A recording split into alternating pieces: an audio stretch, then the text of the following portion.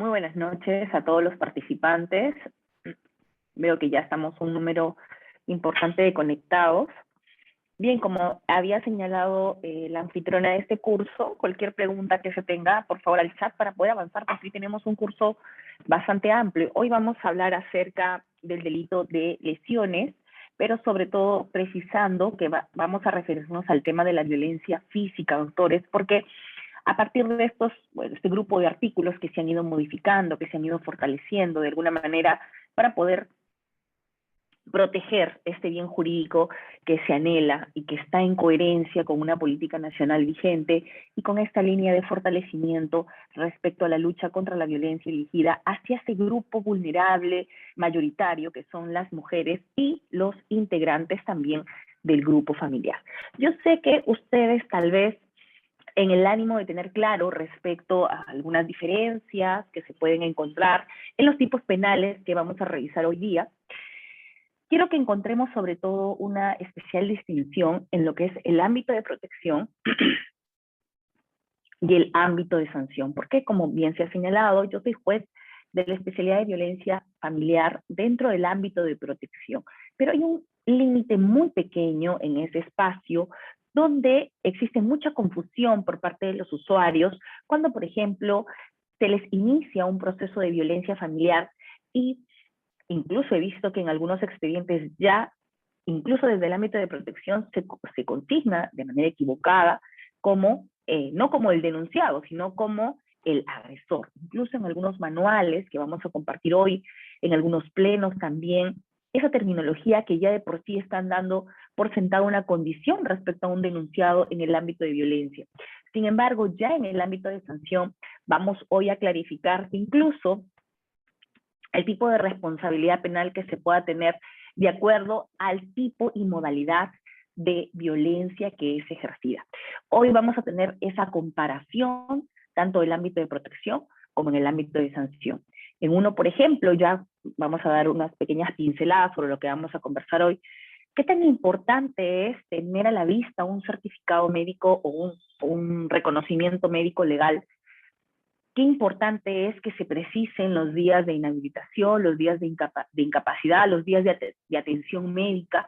¿Cómo es en este caso la utilidad de este instrumento para poder determinar o para poder continuar en el ámbito de sanción? Y si es esa misma exigencia requerida en el ámbito de protección.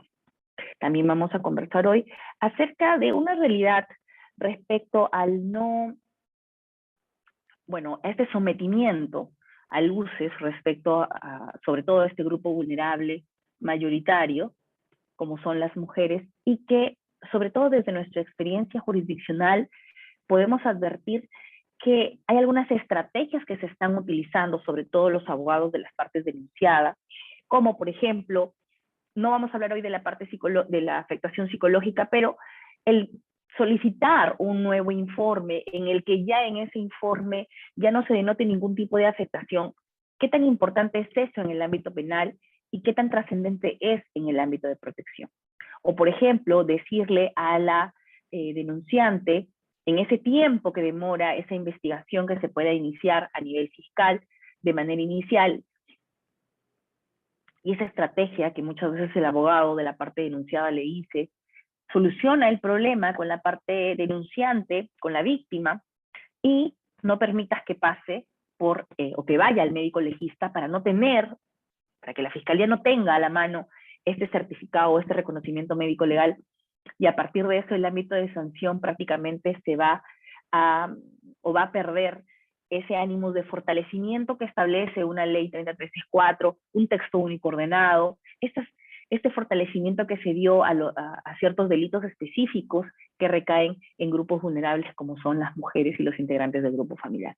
Entonces, hoy vamos a conversar sobre ese panorama, sobre ese espacio, sobre esta realidad que se viene dando, sobre esas estrategias que vienen utilizando algunos abogados que, bueno, les está resultando porque ya la Defensoría del Pueblo ha emitido un informe, incluso, hoy vamos a conversar de ese informe, un informe de adjuntía, el 019 de 2021, que lo ha emitido en noviembre del año 2021, diciendo advirtiendo a todas las instituciones, o a los entes que están relacionados con la vigencia de una política nacional de igualdad de género o de lucha contra la violencia, en que los denunciados están haciendo un mal uso de las herramientas judiciales. O sea, están tratando de sacarle beneficio incluso a estos marcos normativos tan flexibles, tan rápidos, tan ágiles, a través incluso de algunos decretos que se han venido dando en el estado de emergencia para poder hacer estos procedimientos mucho más ágiles.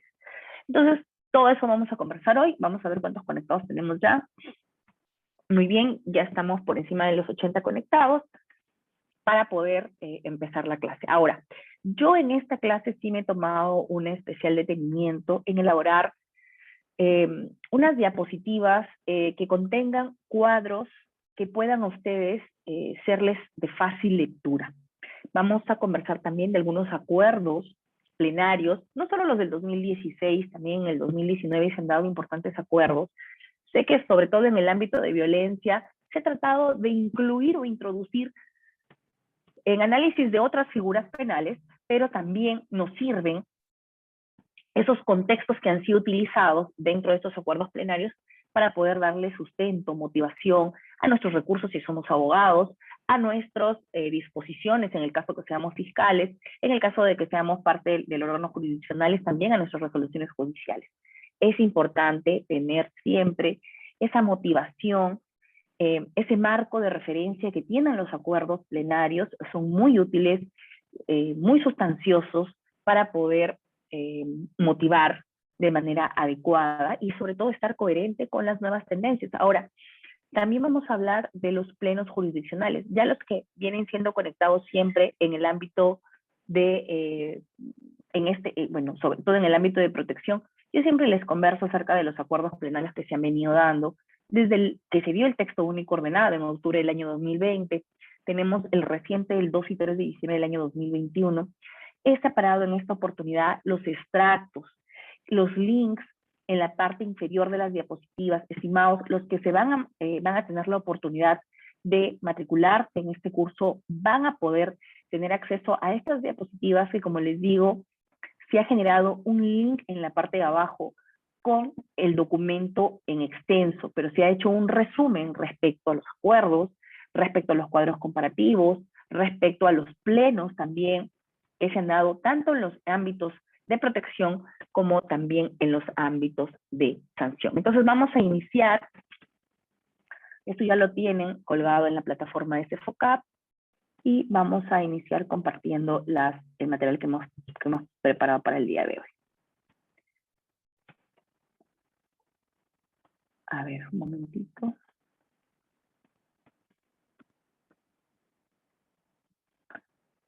Cerramos aquí.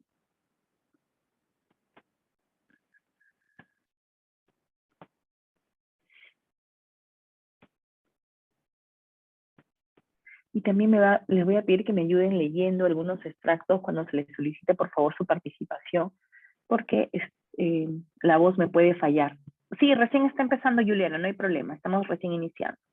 Hemos hecho una explicación más o menos de lo que vamos a conversar hoy, así que no te preocupes.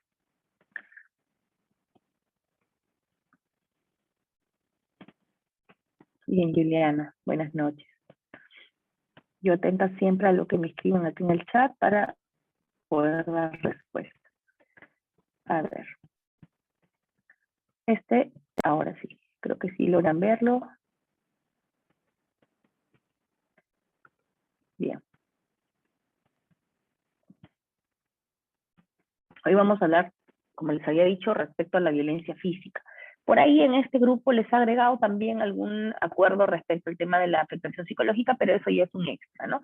Vamos a centrarnos en lo que es violencia física. Bien, pero primero vamos a hablar, porque este fortalecimiento que se dieron a estos artículos, tanto al 122B, al 122 numeral N, literal C, por ejemplo, todo lo que tiene que ver respecto al artículo 121B también, respecto específicamente a estas agresiones o lesiones que se dan en el ámbito de agresiones específicas contra las mujeres y los integrantes del grupo familiar, tienen un trasfondo, tienen una data estadística, como siempre señalamos, y para esto es muy importante lo que la Defensoría del Pueblo nos indica.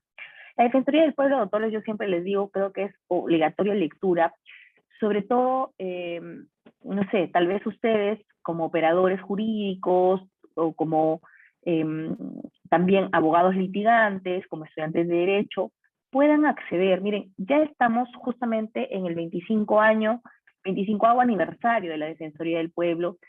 La Defensoría tiene una defensoría, una adjuntía específica respecto al tema de violencia y nos da esta data.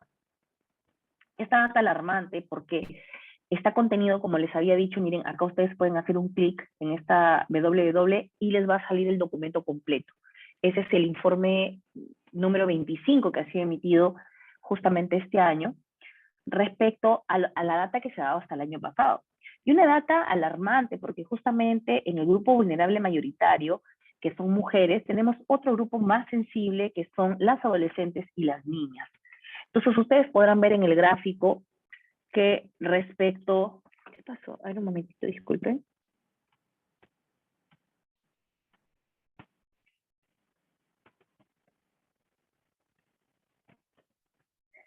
Bien, disculpen. Como ustedes podrán ver en el gráfico, por ejemplo, en el caso de violencia, dentro de los tipos de violencia más recurrentes, se ha venido dando un incremento, por ejemplo, de lo que es la violencia sexual, la violencia física, la violencia psicológica, sobre todo en la violencia psicológica, que antes era la violencia de más difícil probanza y sobre todo la violencia que menos se denunciaba.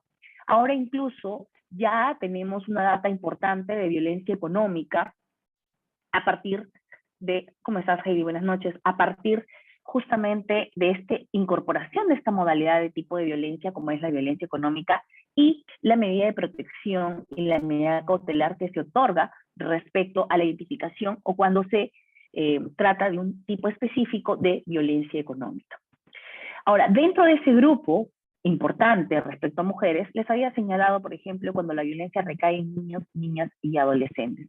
Se ha visto también un incremento respecto a esa violencia que se da, miren ustedes, dentro de los espacios seguros o aquellos espacios seguros que antes se llamaba como son los hogares.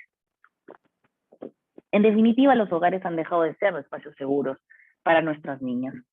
Y esto es debido a un informe que emitió la Defensoría del Pueblo de acuerdo al alto índice de violencia que recae en ellos, sobre todo el índice de violencia psicológica y violencia sexual. Y aquí justamente también tenemos otro grupo que encontramos respecto a las adolescentes. Miren, en los casos, bueno, a partir de la experiencia jurisdiccional, tenemos una gran incidencia de casos de violencia que recaen en adolescentes en un margen de 14 a 17 años. Este grupo vulnerable de adolescentes en las que adicional a la violencia que ellas denuncian, ya sea física o psicológica respecto a sus convivientes, imaginemos un alto índice a partir de 15 años hacia adelante, en el que ya incluso denuncian diciendo que son, aparte tienen un embarazo adolescente o ya son madres. Entonces, este tipo de violencia que aparentemente podría estar enlazado o relacionado con un sujeto activo, como es en este caso el denunciado, también se visibiliza un tipo de violencia estructural por parte del sistema relacionado en un índice mayor a espacios de pobreza y donde, por ejemplo, de acuerdo a una política nacional vigente respecto a la reinserción educativa, adolescentes de 14 a 15, 16 años incluso, que dejan o desertan el tema escolar, se convierten en mujeres invisibles a las que no se les, por parte del sistema educativo, por parte del Ministerio de Educación, por parte del Ministerio de la Mujer, no se les da esa prioridad de atención para que se reinserten en el espacio escolar. Entonces, eso también es parte de una problemática y eso ustedes lo pueden encontrar en este 25º informe de la Defensoría del Pueblo. Para hablar un poco ya acerca de estos marcos internacionales, y justo coincide, miren ustedes, hoy se está realizando en el Poder Judicial un congreso muy importante, un congreso internacional del enfoque de género, en el que se está viendo tanto temática civil, temática penal, temática laboral incluso. Se ha convocado convocado a jueces de diversos países, los más destacados, por ejemplo, que nos llevan años luz respecto a fortalecimiento en el tema de la lucha contra la violencia, como Chile, España, Argentina. Nosotros recién estamos todavía iniciando esta lucha. Ellos ya tienen incluso juzgados, en Argentina, por ejemplo, en Santiago del Estero, tienen ya sus juzgados de género, ¿no? Nosotros todavía estamos tratando de quitarle al juez familia una subespecialidad en el tema de violencia. ¿Y por qué se realiza este congreso? Miren, son 40 años a la fecha ya de que el Perú ratificó la CEDAW, que es uno de los instrumentos más importantes que también vamos a conversar en esta exposición. Y claro, dentro de las obligaciones internacionales que asumen los estados respecto a esta violencia contra las mujeres y en general, estamos hablando ya de una política de violencia de género mucho más amplio, con conceptos mucho más amplios, en el que no solamente se agota a un grupo vulnerable mayoritario como son las mujeres, sino también involucra niños, adultos mayores, situaciones, por ejemplo, que se agravan por su condición, tanto por su género, sino también por su condición socioeconómica, por la raza, la etnia. Podemos hablar, por ejemplo, de un tema de migrante irregular, situaciones que se agravan y que ya luego lo vamos a ver con un enfoque interseccional respecto a estas situaciones que confluyen y que agravan la situación ante una posible discriminación específica que recae en las mujeres. Y es que, como ven en la diapositiva, el Derecho Internacional de los Derechos Humanos ha desarrollado un conjunto de normas, estándares, principios para alcanzar justamente la plena vigencia del derecho de las mujeres.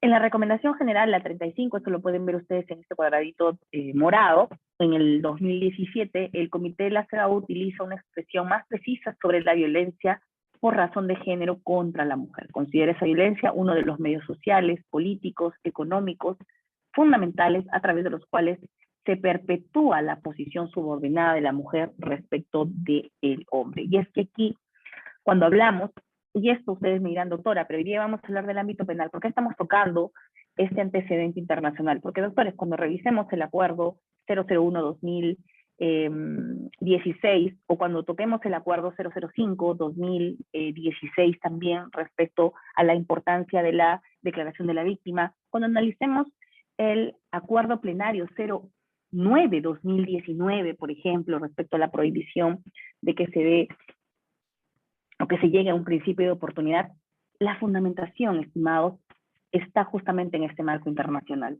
Entonces, no podemos desligar el marco internacional que da sustancia, porque en el ámbito del derecho, en este caso en la subespecialidad de violencia familiar en específico, su marco internacional nos permite resolver aquellos casos difíciles. Hoy vamos a conversar un poco sobre eso. Entonces, ¿tenemos solamente el tema de la CEDAW? No, tenemos algunos textos importantes, como por ejemplo, a nivel universal, la Declaración sobre la Eliminación de la Violencia contra la Mujer, adaptada ya en el año 93 por la Asamblea General de las Naciones Unidas. En el ámbito latinoamericano, una convención tan importante, específica respecto en el tema mujer, como es la Convención Belén do Pará, con un carácter vinculante para los estados que fueron ratificados. Entre otros documentos, como ustedes pueden ver en esta diapositiva, voy a pasarlo rapidísimo para poder llegar a la parte importante del día de hoy. Aquí ustedes pueden tomar nota, ¿no? La Declaración Universal de los Derechos Humanos, los pactos internacionales, pero ya en específico, por ejemplo, respecto al tema mujer, tenemos la Convención para la Eliminación de toda forma de discriminación en el año 81, la Convención sobre los Derechos del Niño también, porque si estamos hablando de esta protección tanto a la mujer como a los integrantes del grupo familiar, entonces tenemos que abordar la Convención sobre los Derechos del Niño y también, por ejemplo, en el tema del adulto mayor, que también tiene una convención específica, o también la Convención que protege a las personas con discapacidad, que también son un grupo vulnerable que tiene que ser protegido. Perfecto. Y es que justamente en el tema de la CEDAW se aprobó ya casi finales del año 81, que entró en vigor. Es un documento jurídico internacional, uno de los más importantes en la historia respecto a esa lucha contra la discriminación hacia las mujeres. Tenemos algunos otros documentos internacionales, dentro de los más importantes, como les había señalado, la Convención Belén do Pará, Y dentro de ese marco internacional, los artículos que nos pueden servir sobre todo es que la obligación que asumen los estados parte para condenar todo tipo de violencia contra la mujer y tienen, no solamente asumen una obligación de condenar, o sea, de sancionar. Hay que recordar esto porque justamente en el Acuerdo 9/2019, en el acuerdo plenario, menciona la Convención Belén do Pará, en el que la posibilidad de que se dé este principio, o que se aplique este principio de oportunidad en aquellos delitos, estaría en contra de esta convención porque justamente existe esa obligación de sanción. Recordemos que incluso el caso de la ley 30.364, hablamos en un ciclo desde la prevención hasta la sanción y pasa también por esa resocialización, porque no solamente trata de proteger en el ámbito de protección, por decirlo así, a la víctima, sino también estamos hablando de una sanción al supuesto agresor y también el que se le ayude con terapias o con tratamiento terapéutico o resocializador a este denunciado. Y existen, sobre todo, obligaciones dentro de este marco de la Convención Belén do Pará de incluir una legislación interna específica, y es que cuando hay casos que se llevan ya a la Corte Interamericana de Derechos Humanos, justamente se sanciona cuando no se aplican, por ejemplo, un estándar internacional, como ustedes pueden ver aquí, por ejemplo, que es el estándar internacional de la debida diligencia. Sobre todo estos casos, cuando se han visto en el caso, por ejemplo, caso algodonero versus México, en el caso Azul Rojas, un caso que ahora incluso está muy vigente, ya que estamos justamente en la etapa de supervisión, ¿no? La Corte Interamericana está supervisando que las medidas que se dieron en esa sentencia en el año 2020, en noviembre del año 2020, por el caso Azul Rojas, caso peruano, se estén aplicando o no como Estado. Ojo que la responsabilidad que se asume, o esta responsabilidad estatal, es justamente en el marco de las instituciones que conforman el Estado, que puede ser desde la actuación policial ante una renuencia a que se anote o a que se registre una denuncia, un hecho tan básico, pero que dentro de lo que es la gravedad de afectación de derechos, como incluso la ley 30.364 dice, no hay una responsabilidad funcional, una violencia institucional por no registrar una denuncia. Y que tuvimos un caso también en una exposición donde, por ejemplo, un integrante del Centro de Emergencia Mujer de Piura, creo fue, nos mencionó de que en la comisaría, por ejemplo, integrantes del grupo LGTBIQ, se le negaba a nivel policial, los efectivos policiales le decían que esta ley protege a la mujer y por eso ellos no se le podía registrar la denuncia. Ojo aquí, porque sí hay algunos espacios en los que a nivel interpretativo, a nivel judicial, porque eso dejémoslo al juez, que el juez analice el ámbito de protección dentro, por ejemplo, la ley 30.364, el texto único, el artículo 7, inciso A y B, que él analice dentro de esa expresión que se pueda tener del género respecto al individuo que estaría denunciando.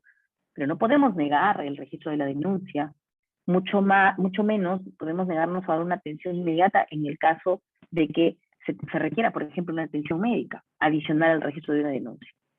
Y es por eso que, por esta falta de debida diligencia, es que se viene a sancionar muchas veces al Estado peruano a partir de las actuaciones, sobre todo a nivel policial, en esa primera etapa. Dentro de este marco internacional, ya para cerrar el marco internacional, tenemos los ODS, que es importante que ustedes los conozcan, que son los Objetivos de Desarrollo Sostenible, Sustentable, en el que nos establecen directrices específicas, sobre todo la que nos importa a nosotros es esta, la de igualdad de género. Es importante porque promueve justamente en este marco que se dé una educación inclusiva, equitativa, que permita igualdad de oportunidades, que se genere esta igualdad tanto entre hombres como mujeres. Perfecto. En el caso peruano, este es en el marco internacional. En el caso peruano tenemos que saber claramente cuál es nuestro marco normativo y también cuáles son esas políticas vigentes. Esto lo voy a pasar muy rápido.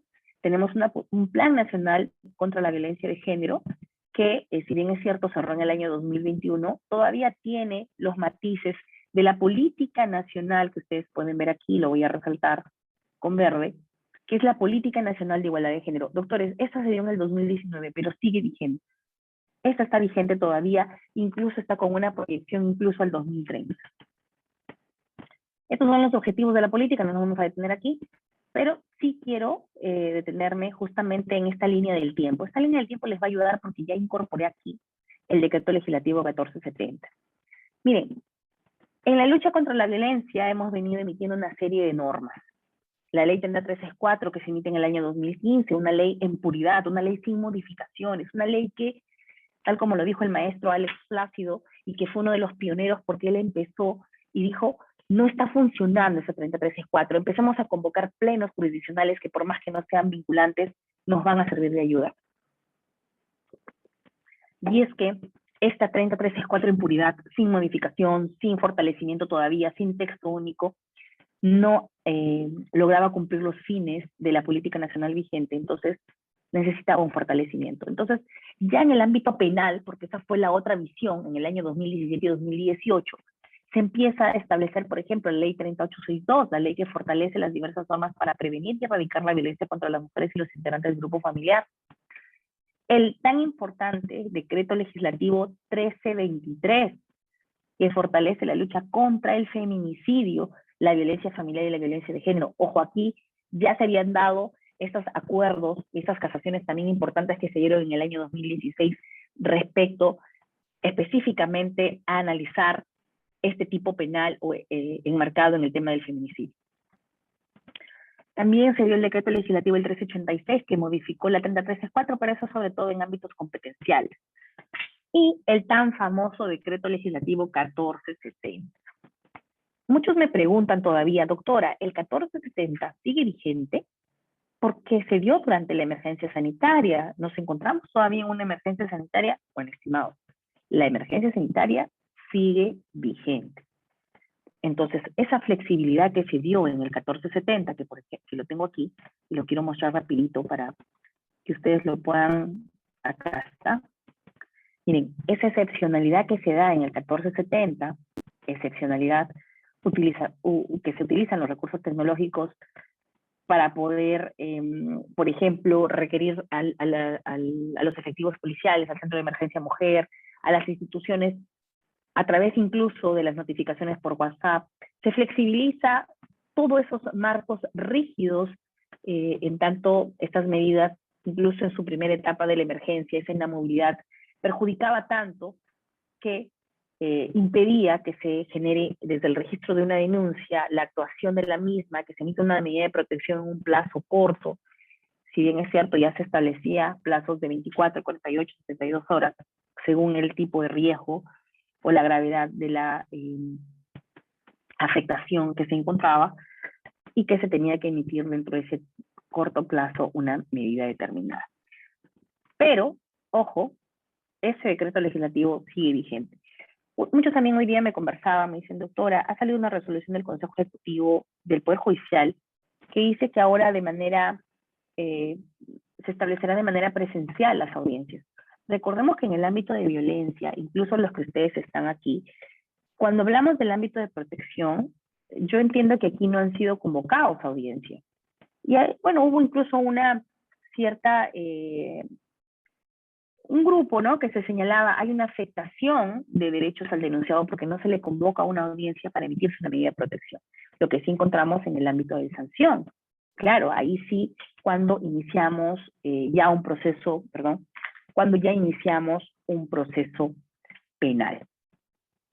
Bien, entonces este decreto legislativo 1470 continúa, entonces significa que para emitir una medida de protección no necesitamos tener o realizar de manera obligatoria una audiencia. Ojo, no significa que no lo va a realizar en ningún tipo de supuestos. Puede hacerlo, pero a consideración del magistrado, ¿no? Si es que considera realizarla o no, pero te permite esta flexibilización respecto a ello. Avancemos con la línea de tiempo. Bien. Y luego ya se emitió en el año 2020, casi finales del 2020, el texto único ordenado de la ley 30364. Miren, aquí, ahora sí rapidísimo, para que ustedes tengan claro esto, vamos a ver, aquí Luis Alberto me está haciendo una pregunta. Me dice, ¿será una obligación que el policía encargado de la sección de familia de una comisaría, Luis, tenga en cuenta que no a nivel nacional, no tenemos que el 100% de nuestras comisarías tengan un área específica de familia? Ojo, no siempre sucede esto. Yo, por ejemplo, trabajo en Virú como juez de violencia y no en todas las comisarías registran una policía especializada con sección de familia, ¿no? Recibí una denuncia por presuntos actos de violencia física entre una pareja de homosexuales, ¿ya?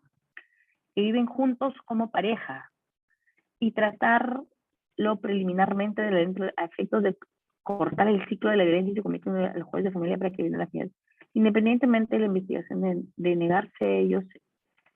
A ver, Luis, como te digo, la responsabilidad que puede asumir el policía es por no registrar dicha denuncia. El que tiene que evaluar el ámbito, conferenciar con la parte denunciante, si considera también con el denunciado, ya sería el órgano jurisdiccional.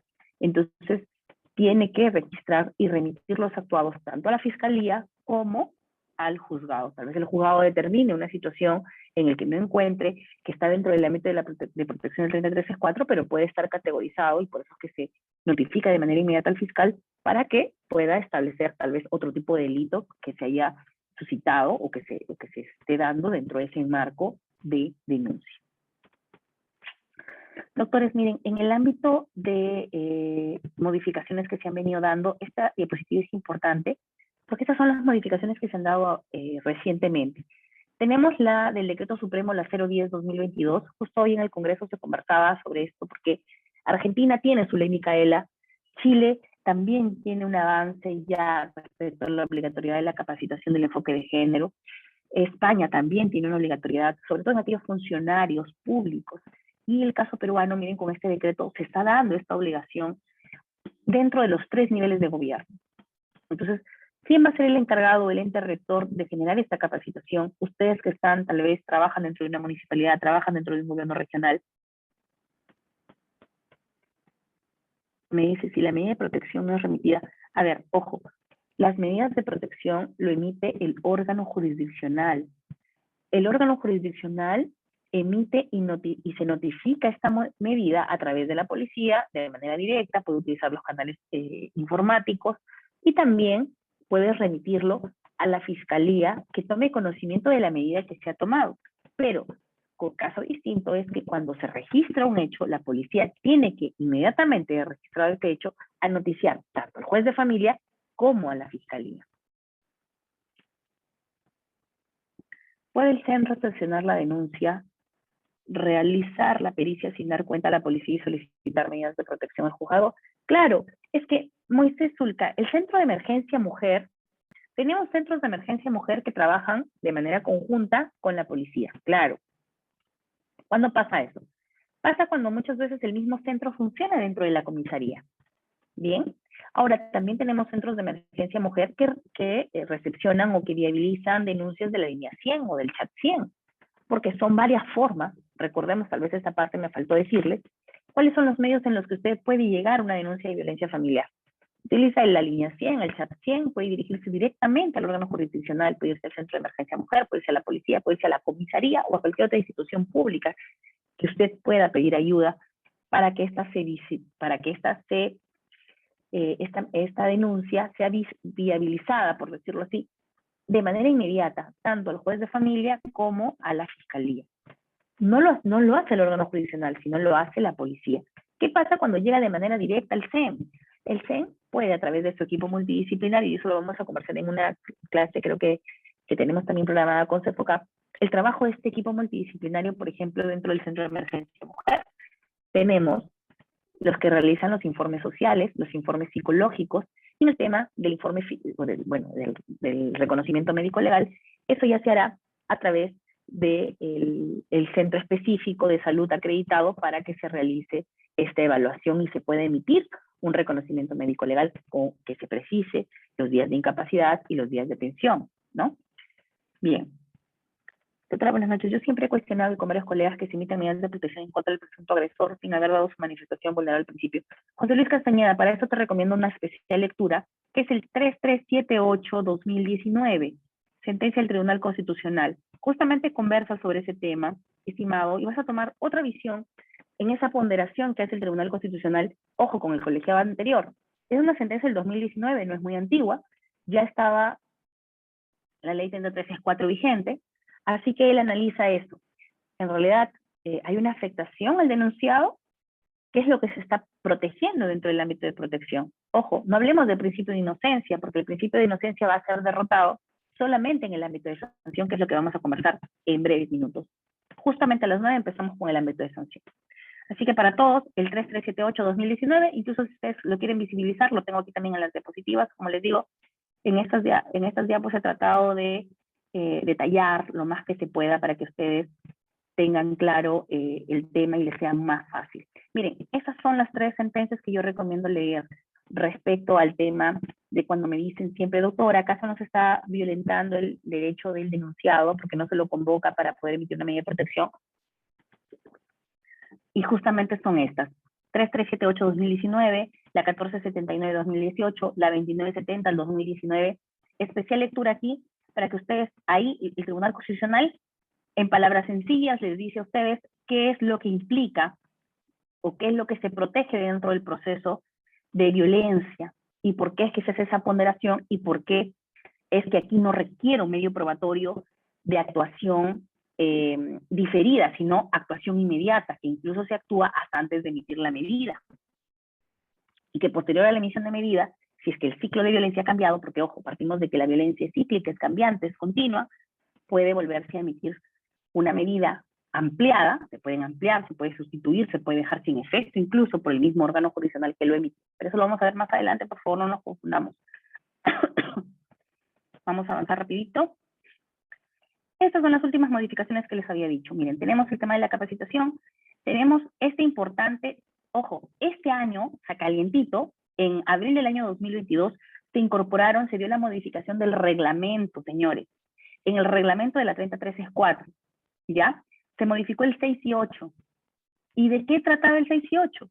El 6 y 8, acá justamente los tengo, acá están normas legales, ustedes pueden hacer clic, tienen acceso directo al dispositivo legal, al peruano, donde establece exactamente esa modificación. Pero acá yo les he puesto un extractito. El 6 y 8 es porque nos agregaron nuevos tipos de violencia, miren ustedes. Y esto, ojo, es importante porque cuando vamos a hablar en el ámbito de sanción, que es ahorita, vamos a hablar sobre todo en el ámbito de sanción cuáles son los tipos de violencia que van a tener también un tipo de responsabilidad penal en el supuesto que se llega a determinar una responsabilidad. ¿Pero por qué tipo de violencia? La más común, como les había dicho, tenemos la violencia física, la violencia psicológica, la violencia sexual, la violencia económico-patrimonial. Ojo, se ha incorporado un nuevo tipo de violencia, ¿verdad? A ver, alguno de ustedes tal vez ya escuchó respecto a este decreto supremo, el 005. Esta nueva modalidad, miren ustedes, que se llama acoso a través del proceso judicial. Y hemos tenido una conferencia, la pueden ubicar ustedes acá en CERFOCAP, los que han participado en el diplomado anterior, sobre específica modificación, en qué consiste este acoso a través del proceso judicial. Bien, también lo que encuentran aquí en negrito son lo que se ha modificado, se hace por ejemplo, el tipo de violencia referido a la violencia en los servicios de salud sexual y reproductiva, ¿no? Esto sobre todo en el marco internacional, en un caso específico donde se da este tipo de violencia a través de los servicios de salud sexual y reproductiva. Bien, entonces tenemos esta última modificación, tenemos también, por ejemplo, esto ya no nos compete, el tema del acoso político, que también se ha dado esta última modificación en el 2021, pero sobre todo, como les había dicho, es importante tener este decreto supremo, el 005-2022, que nos incorpora tipos de violencia. Ahora, otro documento importante que nos va a servir, sobre todo ahora que vamos a pasar al ámbito de sanción. A ver, Bernardo nos dice, Sandra, en el caso de agresión psicológica, la comisaría remite documentos al juzgado. A ver, acá, perdón. Estela me dice, ¿cómo proteger integralmente a la mujer cuando su agresor, que es su cónyuge, su conviviente, y en venganza la denuncia por violencia? Mira, qué importante, Estela, lo que tú me dices con este informe. Estela, te voy a pedir, mira aquí atentamente la diapositiva. Lo que tú me dices aquí es esto.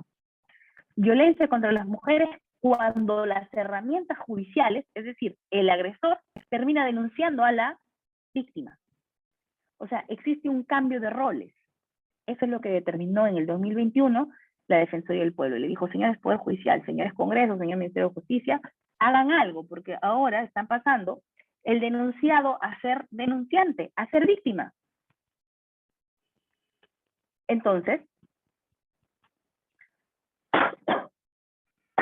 disculpe,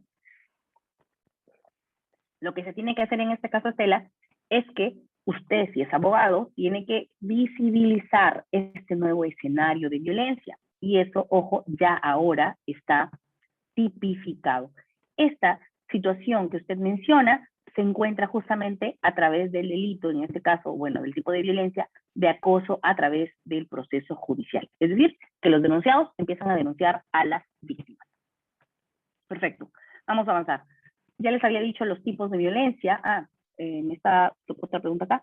En caso de la agresión psicológica, la comisaría remite documentos al juzgado y este emite medidas de protección por cuanto no hay pericia psicológica y el denunciado lo realizó en estado de ebriedad, pese a que vive con la agraviada. Mira, Sandra, eso no es correcto y te voy a dar también el tip. Doctores, como les digo, estas diapositivas están bastante completas para todas sus preguntas. Miren, esto lo resuelves con el pleno, que lo tengo aquí. Este pleno te va a dar la respuesta. Aquí está. Miren, pleno del 2000, octubre del 2000, 15 de octubre y del 2020. Cuando la evaluación psicológica no determina se preguntaron los jueces, ¿no? Cuando la evaluación psicológica no determina indicadores de afectación psicológica o daño psicológica, sino solo establece, por ejemplo, una reacción ansiosa por dichos hechos, es decir, se genera una ansiedad respecto de la víctima, significa que no hay acto de violencia psicológica, corresponderá o no emitir medidas de protección. La respuesta en mayoría es de que sí se puede. O sea, que no necesito para el ámbito, estimada Sandra, en el ámbito de protección, yo no necesito que se dé una evaluación psicológica que me determine indicadores de afectación psicológica. Pero ojo, en el ámbito de sanción es otra situación, y eso lo vamos a ver más adelante, aunque hoy no vamos a hablar de la afectación psicológica en sí, como delito, pero aquí sí en el ámbito de sanción voy a necesitar un informe que me pueda determinar esta afectación o no, o un daño específico respecto a lo que estoy requiriendo. Pero en el ámbito de protección, que es lo que tú me estás preguntando, no lo requiero. Puede incluso solamente con la declaración de la víctima. Y eso también, Sandra, lo podemos obtener en el pleno, en el acuerdo plenario, que lo tengo aquí. Aquí, miren, acuerdo plenario 05, establece como doctrina legal los criterios establecidos a partir del fundamento 10 al 17, y dice la posibilidad, miren ustedes aquí, espero que me estén siguiendo, por favor, estimados amigos, porque hoy queremos aprender todos, en este 5-2016, la posibilidad de que la sola declaración de la víctima sea suficiente para desvirtuar el principio de inocencia si es que no se advierten razones objetivas que invaliden sus afirmaciones. Para ello se evalúa la ausencia de incredibilidad subjetiva, la verosimilitud del testimonio, la persistencia en la incriminación, en lo que sea pertinente. Esto es, no tiene que concurrir todos para que se pueda dar crédito a la declaración de la víctima, pudiéndose considerar lo dispuesto en el artículo plenario 5-2016. Eso es importante que ustedes tengan en cuenta, así como, por ejemplo, el tema de la retratación de la víctima, porque muchas veces, y eso es lo que se da, que vamos a conversar ahorita, el tema de que la víctima se retracta y te dice, hey, analízame bien si es que esa retratación de la víctima no es producto de una situación o una opresión, una asimetría, que la víctima se sigue sometiendo al denunciado y por eso quiere retratarse. Bien, vamos a avanzar rapidísimo, porque yo sé que hay muchas preguntas, pero hay que avanzar, porque si no, no vamos a llegar al ámbito de sanción. Si la menor ya cuenta con medidas en contra de su madre y después de un tiempo la madre denuncia violencia en agravio de la menor en contra de su padre, puede, a ver, Bernardo, eso también lo resuelve el acuerdo plenario, pero este es el del 2021. Miren ustedes qué importante, por eso les digo, chicos, este material es muy importante para ustedes. tienen que manejarlo, cada tema que yo he desglosado aquí, para que ustedes puedan dar respuesta a todas sus preguntas. Miren, lo que me pregunta Bernardo. Bernardo me dice, doctora, ¿qué pasa si en un primer momento yo tengo una medida de protección a mi favor y en un segundo momento ahora me denuncian a mí? Bien, entonces en este caso dice, corresponde la acumulación de procesos en la fase de protección tutelar en los casos de violencia contra la mujer cuando existan denuncias mutuas por violencia entre las partes implicadas. Claro, tenemos que acumular. ¿Y por qué lo acumulamos? No es que vas a tener dos medidas, Bernardo, sino que las medidas que tú tienes ya a tu favor, en el caso de que el juez evalúe un nuevo contexto de violencia, puede sustituirlas, ampliarlas, incorporar nuevos sujetos pasivos. Puede ser que ahora la violencia dentro de ese espacio de convivencia vivan el hijo de la pareja del señor, el hijo de la pareja de la señora, hijos en común, un adulto mayor, una persona en discapacidad. Entonces puede ampliarse este contexto de violencia y se puede incorporar nuevos sujetos, y es por eso que es importantísimo que el juez que trabajó el primer caso pueda evaluar el otorgamiento en este nuevo caso a través de un cambio de roles en el que ahora ella pasa a ser denunciada para respecto incluso de su hijo por violencia que se puede dar o que se denuncia simplemente respecto a un agravio de su hijo, para poder evaluar la vigencia de estas medidas de protección. Vigencia, puede ser que pierda la vigencia de las medidas anteriores y emite unas nuevas. O también que sean unas medidas mucho más coherentes a este nuevo contexto. Perfecto. Doctora, pase sus materiales. Edward, los materiales están, claro, Estela, los materiales ustedes lo encuentran en el aula virtual de CEPUCAT.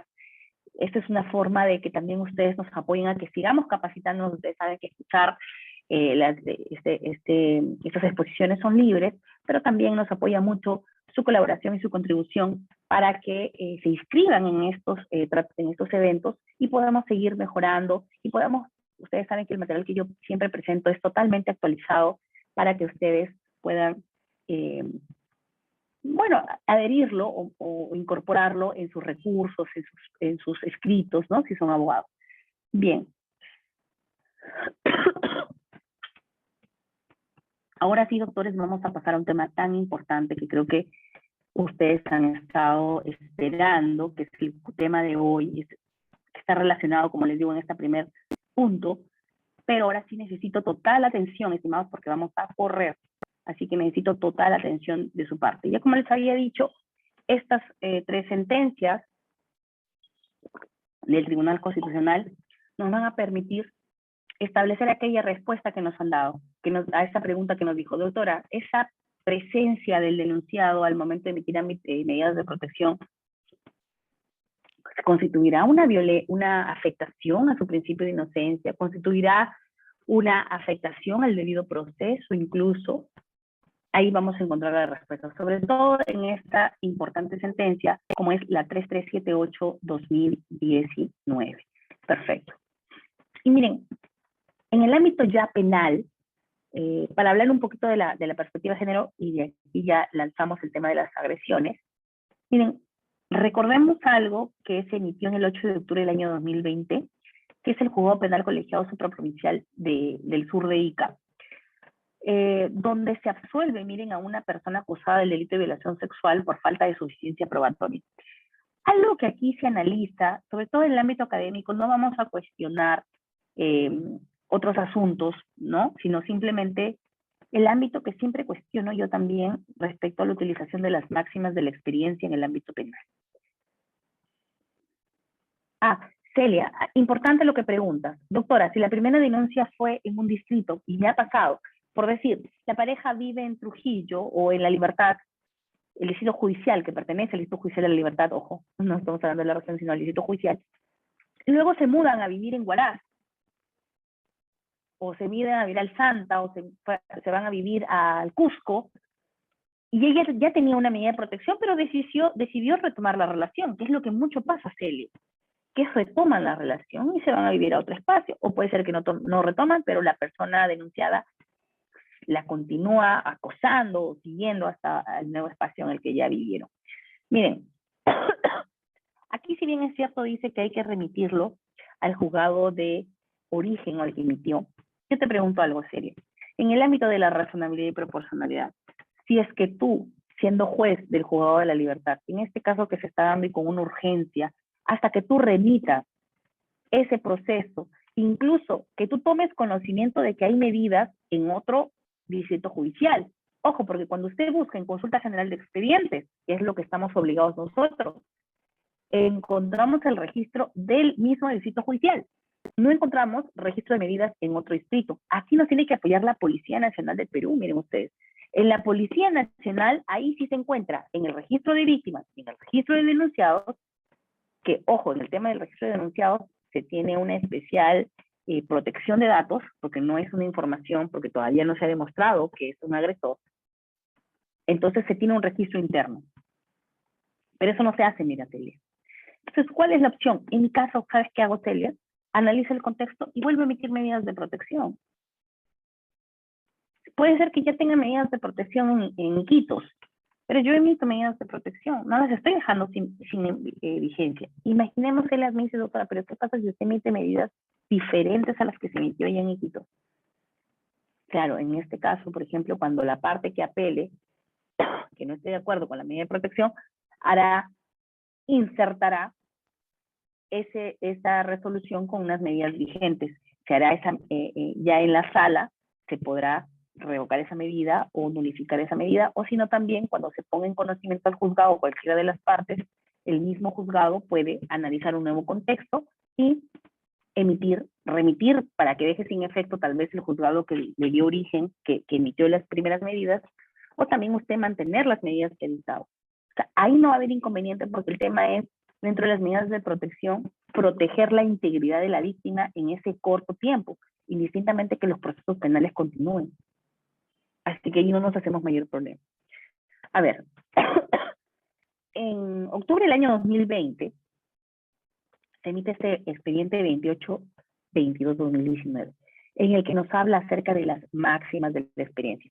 Ustedes, como ven aquí, yo he consignado en la parte de abajo el enlace para que ustedes se vayan directamente a la sentencia completa. Pero yo he tomado en cuenta solamente el fundamento que nos importa y que nos interesa.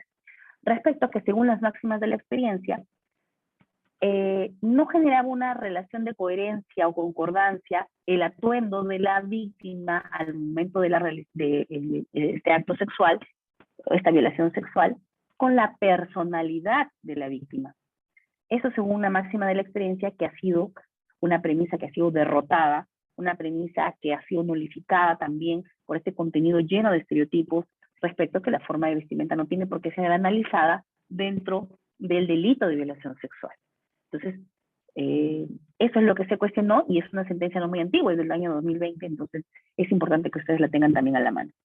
Otra sentencia, por ejemplo, en el caso de que aquí tenemos un caso de una cadena perpetua, pero que en segunda instancia se hizo una reducción de pena, pero no se tomó en cuenta que el imputado había perpetrado no solamente una, sino varias violaciones sexuales consumadas a la víctima, que era su hijastra, y que vivieron juntos y que existía una diferencia etaria muy significativa, de 44 años y la niña tenía 9 años. El tribunal interpretó dentro de la premisa que utilizó este juzgado para reducir la pena en segunda instancia. Felizmente ya en la sala penal permanente se tomó una decisión respecto a ellos y dice, aquí no hay ninguna causal de disminución de punibilidad o una regla de reducción respecto a este tipo penal.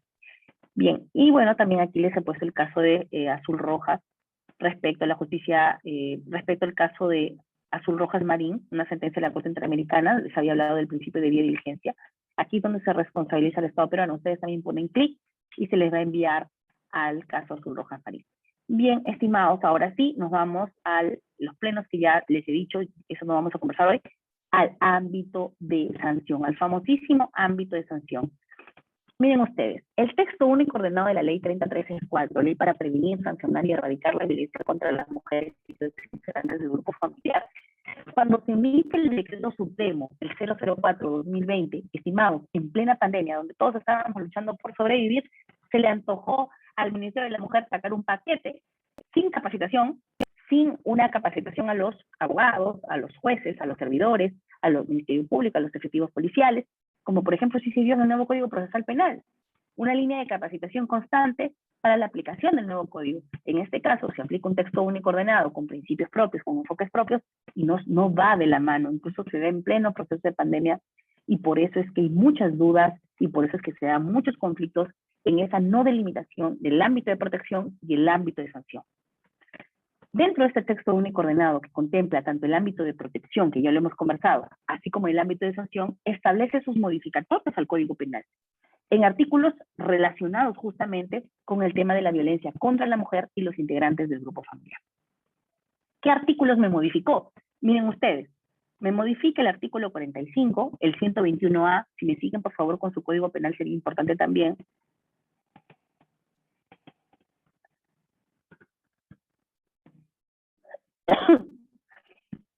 Gracias, se dice, se modifica el artículo 45, el 121A, el 121B, el 122, el 377 y el 378 del Código Penal. Bien, se modifican en sus siguientes términos. ¿Por qué se modificó el 45? Miren ustedes. El 45 se modifica justamente en los presupuestos para fundamentar y determinar la pena. Respecto, por ejemplo, dice el juez, al momento de fundamentar y determinar la pena tiene que tener en cuenta lo siguiente: las carencias sociales que hubiese sufrido la gente o el abuso a su cargo, la posición económica, la formación, el poder, el oficio, la profesión, la función que ocupa en la sociedad, la cultura, las costumbres, ojo, en ese límite con los estereotipos culturales, ojo, los intereses de la víctima, de su familia, de las personas que dependan de ellos, así como la afectación de derechos considerando especialmente su situación de vulnerabilidad. Esa fue una modificación que dio el texto único ordenado respecto al Código Penal. Otra modificación que se dio, ojo, estos artículos que estoy señalando acá no van a coincidir en literalidad con lo que está actualmente en el Código Penal, porque, ojo, luego del año 2020 se han dado algunas otras disposiciones en aras de fortalecer estos tipos penales. El 121A, ¿no? Tenemos formas agravadas, lesiones graves, cuando la víctima es menor de edad, de la tercera edad o una persona con discapacidad. Ojo, hablamos de que el ámbito de protección, el ámbito de sanción, perdón, se da para cuando el sujeto pasivo es una mujer y también es un integrante del grupo familiar. Entonces, por eso es que este texto único ordenado modifica este 121A y pone, en los casos previstos en la primera parte del artículo 121, cuando la víctima sea menor de edad, mayor de 65 años, es decir, ya persona vulnerable, o persona con discapacidad, o sea, vulnerabilidad también, el agente que se aproveche de dicha condición tendrá una pena privativa no menor de 6 ni mayor de 12 años. Perfecto. Artículo 122, forma agravada también, lesiones graves, pero en este caso es el que nos va a importar a nosotros y el que vamos a conversar hoy, el específico sobre la mujer y el entorno familiar. En los casos previstos en la primera parte del artículo 121 se aplicará pena privativa de libertad no menor de 6 y mayor de 12 cuando la víctima es mujer y es lesionada por su condición de tal. A lo largo de estos artículos, estimados, tanto el 121B, el 122B, el 122 numeral 3, literal C, vamos a encontrar ese término condición de tal. Y vamos a ver ahorita el acuerdo plenario, el 01-2016, en el que nos refiere a qué se refiere justamente la condición de tal.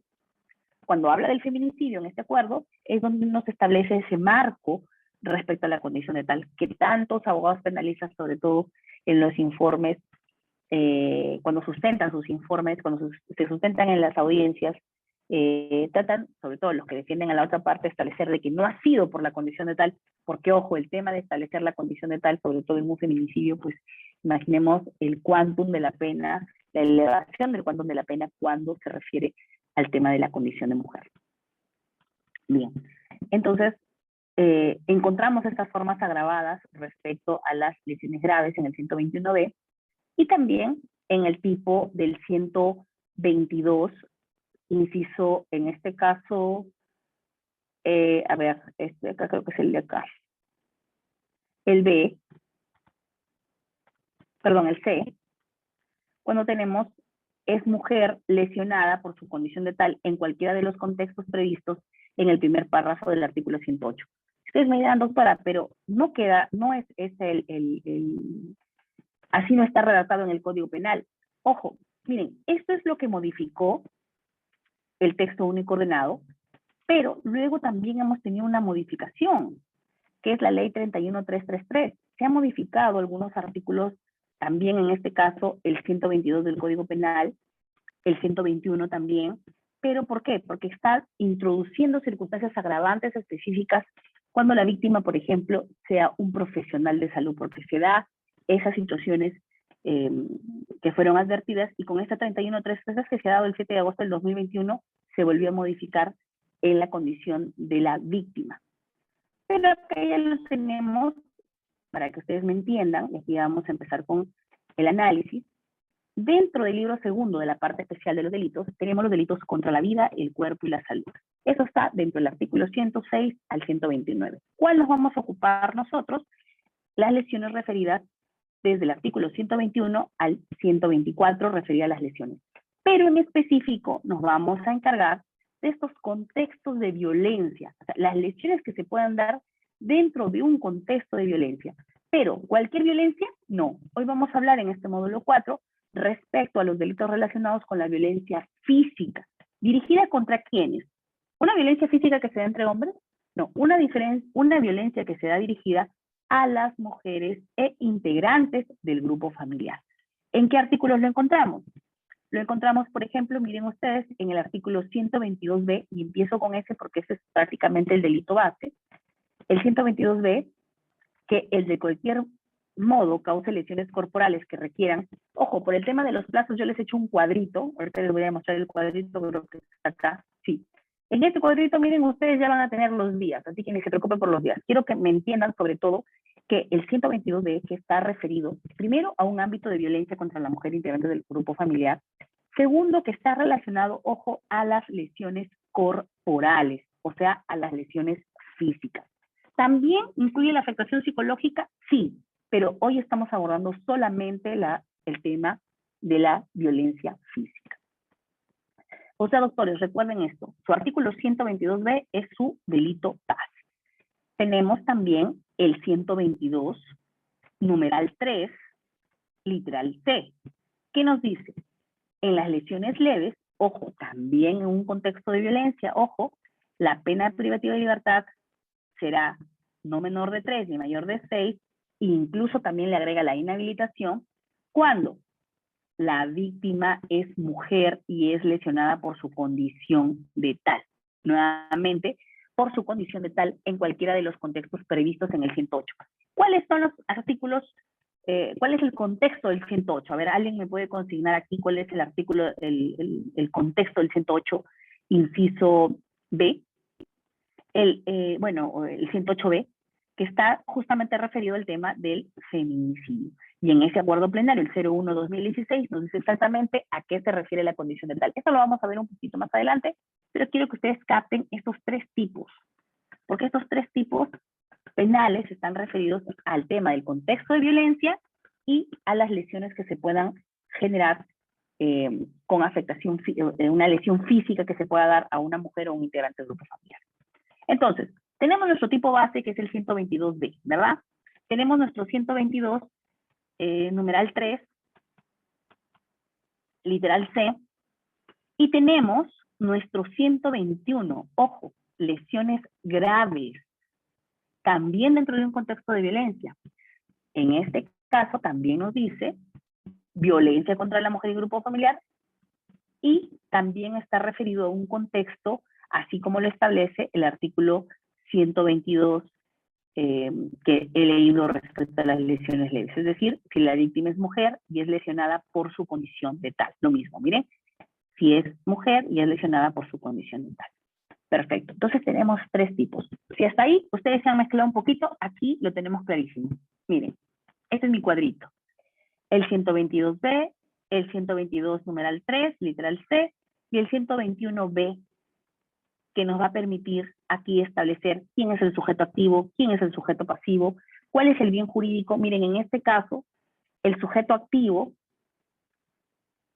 dentro de si estamos hablando contra la mujer, pero también contra integrantes del grupo familiar, el sujeto activo, en este caso, coherente con el texto único ordenado, cuando nos dice que en este ámbito A la mujer se le protege durante todo su ciclo de vida, eso está en el artículo 7, durante todo su ciclo de vida, es decir, niña, adolescente, adulta, adulta mayor, incluso, de acuerdo al grupo etario, y dentro del sujeto pasivo, si estamos hablando de la mujer por su condición de tal, cuando recae en esta mujer, puede ser ejercido el sujeto activo cualquier persona.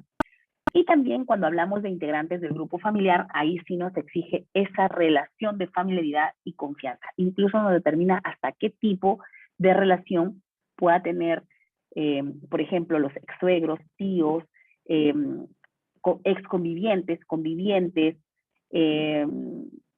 padrastro, hijastro, también, porque eso está clarísimo en el artículo 7, inciso B, que nos establece los niveles. Perfecto. ¿Cuál es el bien jurídico que se va a proteger dentro de este tipo de agresiones físicas que se va a dar a las mujeres o los integrantes del grupo familiar? Es justamente la integridad personal, pero respecto a la integridad física. Ustedes se preguntarán, doctores, ¿cuál es lo que nos diferencia en realidad a estos tipos de delitos enmarcados dentro del contexto de violencia? Miren, es importante porque estos delitos se diferencian entre sí de acuerdo al número de días. Y ustedes aquí lo pueden ver tanto en naranja como en rojito. Yo lo he puesto en naranja y en rojito porque como que va dándose una gravedad, ¿no? Un incremento en gravedad. Menos de 10 días, más de 10 días, más de 20 días. Entonces, ¿qué es lo que yo requiero acá? Yo requiero el número de días, o tener a la mano, a la vista, el número de días de incapacidad médico-legal. ¿En qué documento, estimados, se encuentra el número de días de incapacidad médico-legal? Lo tengo en este caso, en el certificado médico-legal, tengo el número de días que se puede dar de acuerdo a estos días de incapacidad. Ahora, una pregunta que siempre me hacen, me dicen, doctora, cuando tenemos a la mano un RML y muchas veces se confunde la atención facultativa con los días de incapacidad médico-legal. Ojo, no podemos confundir, porque usted puede tener un RML donde dice que sus días de atención fueron, por ejemplo, a ver, si tenemos una víctima que ha pasado 2 veces por el médico legista, en 2 días diferenciados, un día 1 y el día 2. ¿Cuántos días de atención facultativa, es decir, la atención médica que ha recibido, es 2 días? Y usted le establece en el certificado 2 días respecto del número de días totales que van a ser los días de incapacidad médico-legal, que es diferente. Por decir, se ha generado violencia física y tenemos un total de 5 días de incapacidad médico-legal. O que es dentro del grupo 1, menos de 10 días, ¿verdad? Tenemos 5 días, pero de los cuales yo he necesitado 2 días de atención facultativa. Entonces tenemos 2/5, o sea, 2 días de atención facultativa y 5 días de incapacidad. Me están haciendo una pregunta aquí, creo.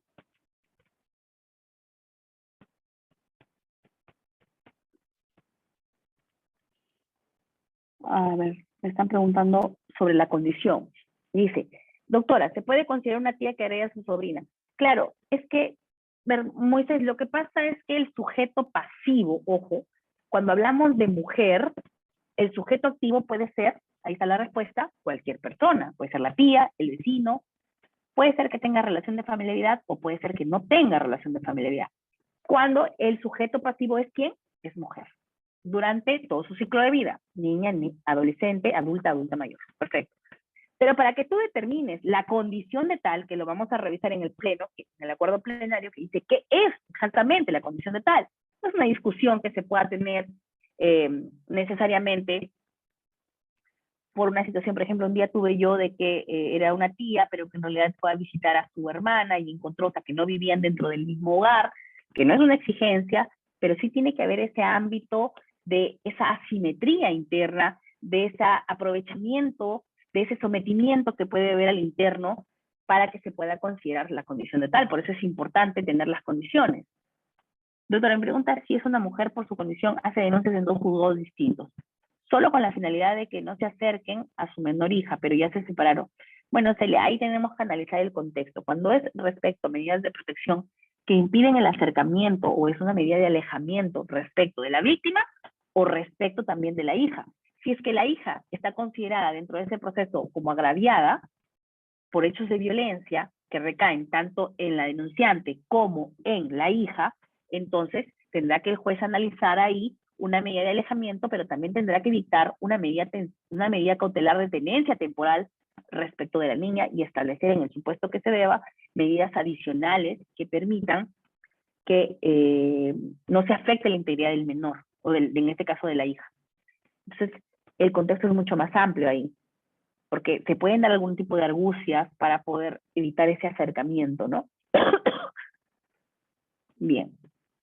Milton, doctora, buenas noches. ¿Cuál es la diferencia entre un conflicto familiar y el delito de agresiones estipuladas?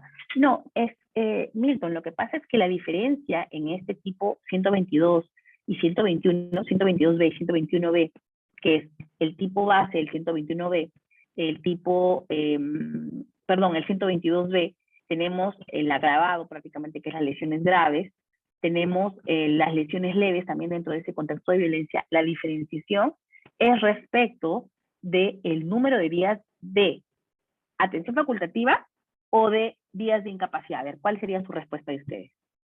¿Qué es lo que nos diferencia en este tipo de delitos? Que tú le apliques un tipo penal del 122, del 122B, del 122 numeral 3 o del 121. A ver, Sandra, ahorita vamos a dar esas respuestas ahorita con su cuadradito. Miren ustedes aquí en el cuadradito. Primera pregunta a todos los que están aquí, por favor, y quiero que me respondan. Quiero que estén atentos en esto. A ver. Muy bien, Gerson. Los días de incapacidad. No se me confundan con los días de atención médico facultativa. Ojo, ¿y por qué ustedes me dan, doctora? Pero es algo tan sencillo. No, estimados. Sí hay esa confusión. Por eso es que desde la experiencia jurisdiccional se les indica. Ustedes lo que tienen que tener en el ámbito, ojo, ya pasamos el ámbito de protección. Ya no me pregunten del ámbito de protección, ¿ah? Porque me siguen viendo preguntas de ahí. Ahora estamos en el ámbito de sanción. En el ámbito de sanción, vamos a tener que dentro de ese contexto de violencia dirigida hacia la mujer por su condición de tal o integrantes del grupo familiar, vamos a tener en cuenta los días de incapacidad que está contenido en el RML. Perfecto. Entonces, a ver. Los días de incapacidad refiere si lo ve la Fiscalía Penal o especializada. Miren, en el caso del número de incapacidad, claro, va a tener que ver de acuerdo al tipo de agresiones, si es el tipo base, si es una lesión leve o si es una lesión grave, ¿ya? Ahora, yo les voy a plantear lo siguiente. Miren. A ver, estimados, sigamos, ya no me pregunten del ámbito de protección, porque ahorita estamos en el de sanción. Pero bueno, ya, ¿qué pasa si una persona tiene medidas de protección en un juzgado de familia tutelar y tiene medidas de protección en una prefectura? Estimado, la prefectura no te da medidas de protección, el te da garantías, ¿ya? Bien, hay una problemática. ¿Qué pasa cuando no hay ese certificado médico legal? ¿Qué pasa cuando no tenemos? Es decir, la víctima, imaginemos un caso, se escondió, ¿ya? Ella, bueno, luego de que denunció, o puede ser que los vecinos denunciaron, que le estaban golpeando, y ella no pasa por el reconocimiento médico legal. Ella no quiere ir a ese reconocimiento médico legal. Se esconde. Pero ¿qué pasa? Miren, tenemos fotos que acreditan. La vecina ha tomado fotos que acreditan las lesiones. Tenemos incluso, miren, videos que la vecina ha tenido un video o la cámara de seguridad de cómo la golpeaba el denunciado. Tenemos testigos incluso, señorita, yo he escuchado cómo le estaba golpeando. Es más, la golpeó en plena calle y llegó el serenazgo, por decirlo, o llegó la policía. Pero ¿qué pasa si la víctima, estimados, no pasa médico legista? Pregunta a todos aquí, por favor. Vamos a poner aquí a todos. No sé cómo se pone aquí a todos en la reunión. ¿Qué pasa si la víctima no pasa por el médico legista? ¿Podemos hablar de tipificación como delito o no? A ver, ¿qué dicen ustedes? ¿Será delito o no?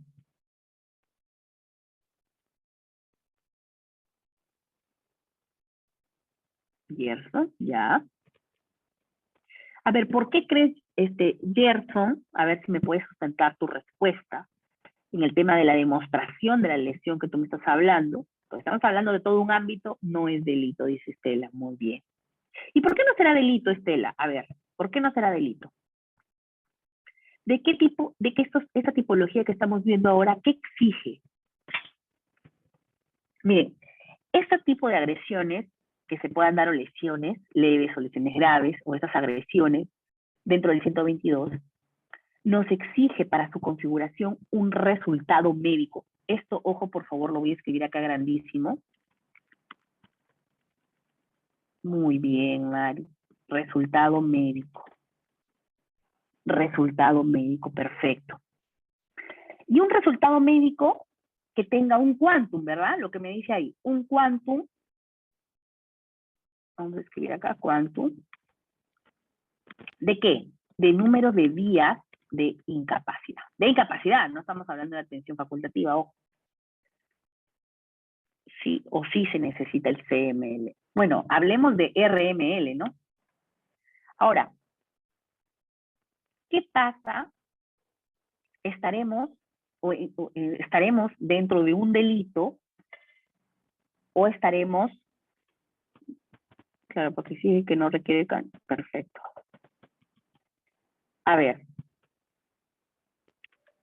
y si tenemos un RML, pero que el RML indica 00 días, a ver, si tenemos tú dices, exige el CML, perfecto, pero tenemos un RML, pero nos dice 00 días de incapacidad. Ojo, en un contexto de violencia,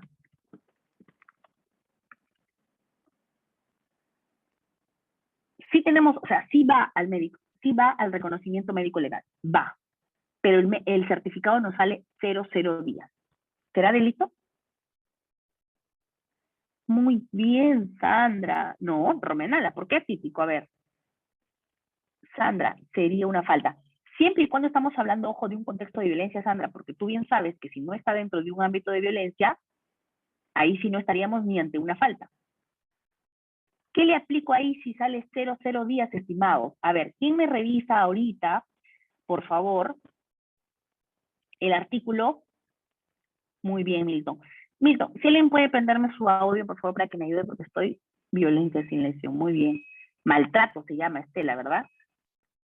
Quiero que me lea a alguien, por favor, que me prenda su audio para que me ayude, porque estoy con la garganta terrible. Que me lean el 442, por favor. 442, estimado. En el caso, porque estamos hablando en el ámbito de violencia. El 442, a ver. Milton, el 442, ¿lo puedes leer, por favor? Lee. Nadie me quiere ayudar ahora a leer, por favor, chicos. O no tienen el código a la mano, tal vez. Los perros están en la calle. Abrígate, Milton, que estamos terrible con el frío ahora. Bueno, yo les leo entonces, ya que no me quieren apoyar aquí. El 442, estimado, ¿por qué? El 442 dice, el que maltrata a otro física o psicológicamente, humilla, denigra, menosprecia, sin causarle lesión, lo que nos estaba hablando, maltrato sin lesión, será reprimido con prestación de servicio comunitario de 50 a 80 jornadas. Ojo, punto E. Si la víctima es mujer y es lesionada por su condición de tal, en cualquiera de los contextos previstos en el primer párrafo del 108, recuerden, el 108B, que era el tema del feminicidio, estamos hablando de un maltrato. Es el 442 del Código Penal.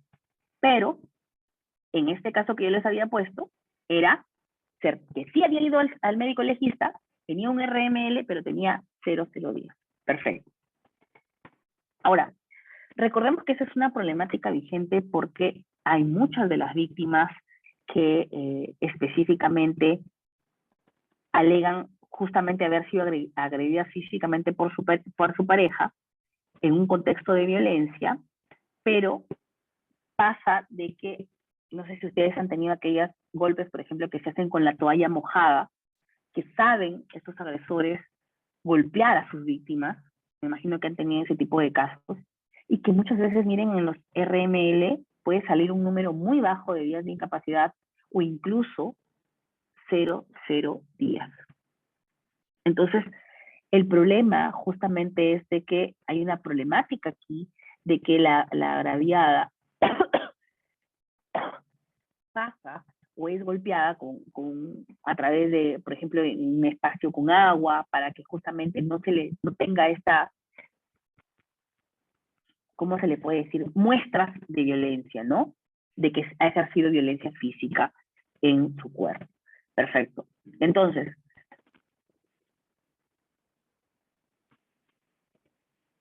disculpen un ratito.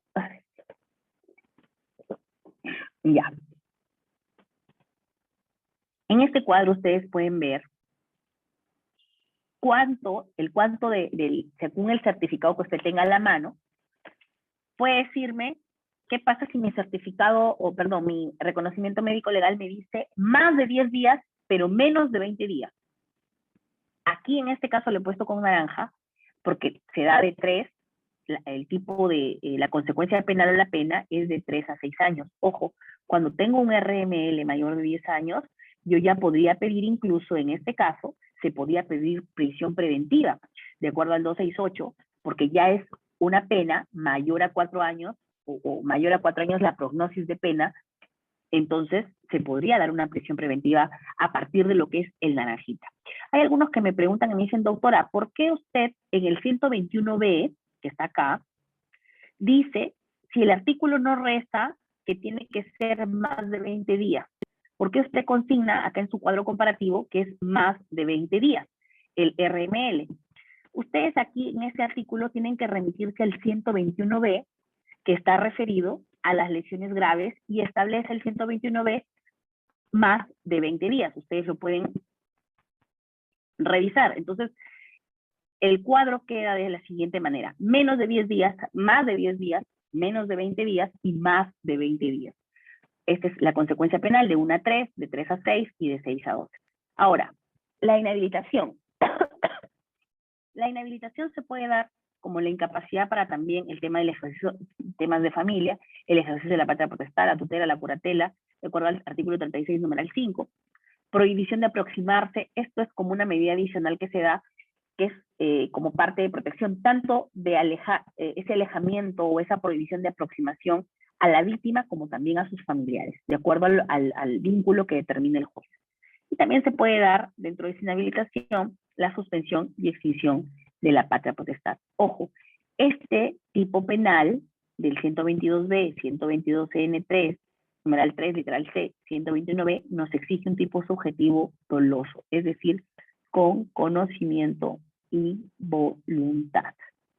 Quiero pasar rapidito, antes que se nos vaya el tiempo, algo tan importante que ustedes tienen que saber, que es que esta casación que se ha dado recién, 2021 Arequipa, nos habla de una pregunta que se hace: dentro del delito de agresiones y desobediencia a la autoridad, ¿existe concurso aparente o no? Más allá de nosotros poder analizar el concurso aparente, porque eso no nos ha tocado analizar hoy, yo les quiero solamente que alguien de ustedes, por favor, prenda su micrófono para que se grabe esto, porque muchos me preguntan y me dicen, doctora, ¿qué pasa si ya usted dicta una medida de protección? ¿Ya? Yo soy juez de protección. Yo ya emití una medida de protección. Por ejemplo, no tomar bebidas, no visitar a su hijo en estado de ebriedad, por decir, o no en presencia de su hijo, por decir, ¿no? Por decirlo así, bajo apercibimiento, ustedes habrán visto que en sus medidas de protección dice, bajo apercibimiento de ser denunciado por desobediencia a la autoridad. ¿Ustedes han visto este tipo de casos? Sí, ¿verdad? Bajo apercibimiento de ser denunciado, o sea, es decir, ante un nuevo hecho, bajo apercibimiento de ser denunciado por desobediencia a la autoridad. A ver, imaginemos un nuevo supuesto de violencia. Ustedes cogen su código penal esta persona volvió a golpear. Usted le ha dicho que no ejerza violencia física, ha vuelto a ejercer violencia física contra su pareja.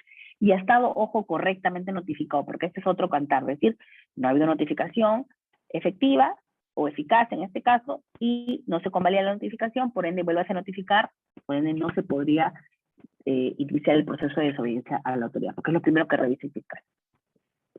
Miren los dos artículos acá. Tenemos el artículo 122b, inciso 6, numeral 6, y tenemos el 368, resistencia o desobediencia a la autoridad. ¿Cuál de los dos usted le va a aplicar? Por ejemplo, cuando usted tenía su medida de protección, a su pareja ya le notificaron y dice está prohibido de volver a golpear. Perfecto. Inciso, artículo 122. Usted le aplica desobediencia, ¿no? Supuestamente. ¿Cuál le aplica usted? ¿El 122b o le aplica el 368? Se ha efectivizado el apercibimiento. Miren, el 122b dice, agresiones en contra de las mujeres frente al grupo familiar. El que de cualquier modo cause lesiones corporales ante un nuevo hecho le puede generar lesiones corporales. Perfecto. Un nuevo hecho. Que requieran menos de 10 días de asistencia o descanso según prescripción facultativa. Puede ser que haya sido menos de 10, perfecto.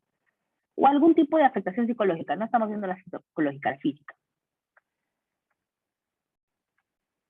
Dentro de ese contexto de violencia, perfecto, del grupo familiar, muy bien, el nuevo hecho dentro del contexto de violencia, será reprimido con pena privativa de libertad, no menor de 1 ni mayor de 3, e inhabilitación. Muy bien. La pena no será menor de 2 años y menor de 3 ante los supuestos del primer párrafo en las presentes situaciones agravantes.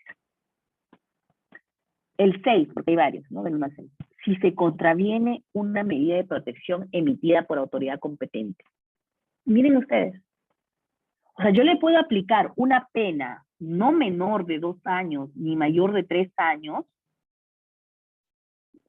El verde. Hay un agravante ahí, ¿verdad? Si se contraviene una medida de protección emitida por autoridad competente.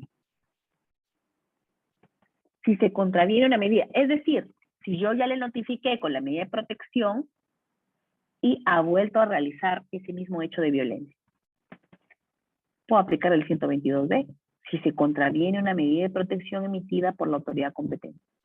Pero miren ahora el artículo 368. El que desobedece o resiste la orden, en este caso, bueno, hay varios supuestos, cuando se desobedece, lo que está con amarillo nada más, o se resiste a una medida de protección dictada en un proceso originado por hechos que configuran violencia contra las mujeres integrantes del grupo familiar, será reprimido con pena privativa de libertad no menor de 5, miren el quantum, ¿ah? No mayor de 5 ni mayor de 8. 5 y 8. Y en el otro, no menor de 2 ni mayor de 3. Miren ustedes, ¿eh? Acá José Luis Castañeda me dice, doctora, 368 me dice. Javier me dice 368, doctora. Es clavadísimo. José Luis me dice, doctora, mayormente aplican el 368. ¿Y cuál sería el fundamento, Javier, para el 368? ¿Cuál crees que es el fundamento para el 368? Su fundamentación va en razón del bien jurídico protegido o de los principios que acompañan en el derecho penal al acusado o al imputado. ¿Bajo qué contexto tú aplicas el 368? En razón del bien jurídico que se protege en el tema de violencia, que es la integridad, o vas a aplicar, oiga doctora, tengo que aplicar la norma que favorece al reo, ¿no? ¿Cuál de los dos estás aplicando? Gerson Quispe me dice, 122b también pues estaría dando un nuevo hecho de violencia y también se está incumpliendo la medida. Gerson, pero en el 368 también es lo mismo. Gerson, si quieres leerlo bonito, mira, uno dice cuando desobedece una medida. Yo ya le notifiqué, me desobedeció. Y en el otro me dice cuando se da un hecho, pero agravo si es que contraviene una medida de protección emitida por una autoridad. Doctores, esto, miren, ya lo ha planteado, se llama justamente esto, es el caso de la casación 2085-2021 Arequipa. Ahí les va a dar un sustento importante. Mira, Romanela nos dice incluso, mira lo que dice acá. Yo considero que en esa casación de Arequipa, que es la que da respuesta a, a este problemita que les he puesto aquí a ustedes, para que lo tengan clarísimo, la casación de Arequipa 2085 intenta resolver eso, pero ¿saben qué? No la resuelve. Yo creo que aquí pudo aplicar él incluso un control difuso, pudo hacer mucho más, pero no lo hizo. Simplemente dijo lo siguiente. En la casación, ustedes miren, hacen clic acá, en esto azulito, y les toditita la casación para que lean en completita la casación está ahí. Pero solamente he puesto lo que a ustedes les va a importar. El recurso carente de trascendencia casacional dice: el presente caso se trata de una medida de prisión preventiva y el planteamiento excepcional no versa en estricto sentido sobre el presupuesto y los requisitos de la medida de coerción. O sea, no estamos hablando de eso.